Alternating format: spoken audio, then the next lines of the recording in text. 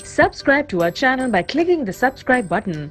Click the bell button and enjoy the latest uploads from our channel. 60 हिजरी में Yazid तख्त नशीन हुआ।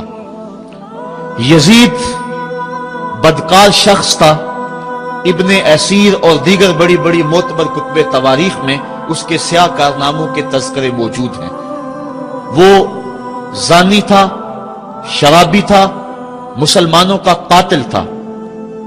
बिनते इनब के साथ शहर मक्का और शहर महबूब मदीना तो रसूल में जो उसकी बदमाशियां हैं उनसे कौन बेखबर है। उसने शहर मक्का में बैठ के शराब पी और हजरत इमाम हुसैन रजी अल्लाह ताला अन्हु जब गुजरे तो उसने एक जाम बढ़ाते हुए नवासा रसूल के आगे पेश करते हुए कहा कि इसको पी लो, कि कुरान ने ये नहीं कहा कि शराबियों के लिए खराबी है, बल्कि कुरान ने तो कहा नमाजियों के लिए खराबी है। लिहाजा ये शराब का जाम ले लीजिए और इसको नोश कर लीजिए। हजरत इमाम हुसैन अल्लायास बिल्लाह कहते हुए आगे गुजर गए। उन्होंने यजीद किन करतूतों को अपनी आंखों के सामने देखा था और उसके स्याह कारनामे हजरत अब्दुल्ला फरमाते हैं कि हमने उस वक्त उस पर खरूज किया जब हमें यकीन हो गया कि उसकी करतूतों की वजह से आसमान से कहीं पत्थर न बरसने लग जाएं। सिर्फ वाकया करबला ही नहीं, उसने मदीना तो रसूल के अंदर 700 सहाबा को शहीद किया, 10,000 ताबईन को कत्ल किया और 300 नौजवान खवातीन की आबरू रेजी करवाई। और मक्कातुल मुकर्रमा में यजीद ने काबातुल्लाह पे संगबारी की। ये तारीख के हवाले हैं जो आपके सामने रख रहा हूं। हत्ता कि पूरा मताफ पत्थरों से भर गया, काबे का गुलाफ जल उठा। हजरत इस्माईल अलैहिस्सलाम के इवज में जो दुम्बा आया था उसके सींग काबातुल्लाह की छत पे रखे गए थे, वो सींग भी जल गए। इसीलिए इन अय्याम को अय्याम हुर्रा कहा जाता है। तारीख के अंदर 3 दिन तक मस्जिद नबवी में न अजान हुई न इकामत हुई और मस्जिद नबवी के अंदर यजीद की फौजों के घोड़े बंधे रहे। मिंबर रसूल की हुर्मत पामाल कर दी गई।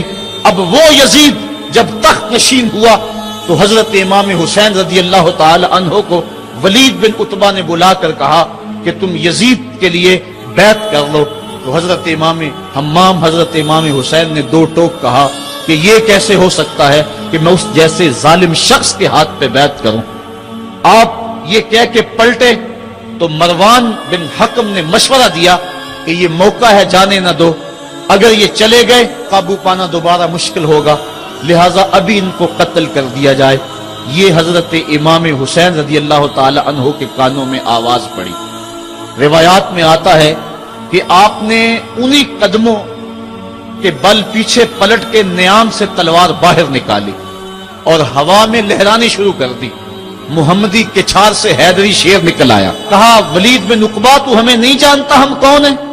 आना हुसैन इब्न अली इब्न अबी तालिब, मैं हुसैन हूं, अली का बेटा हूं और अली अबू तालिब का बेटा है। हमारे घर में कुरान उतरता रहा है, फरिश्ते हमारे घर में आते रहे हैं।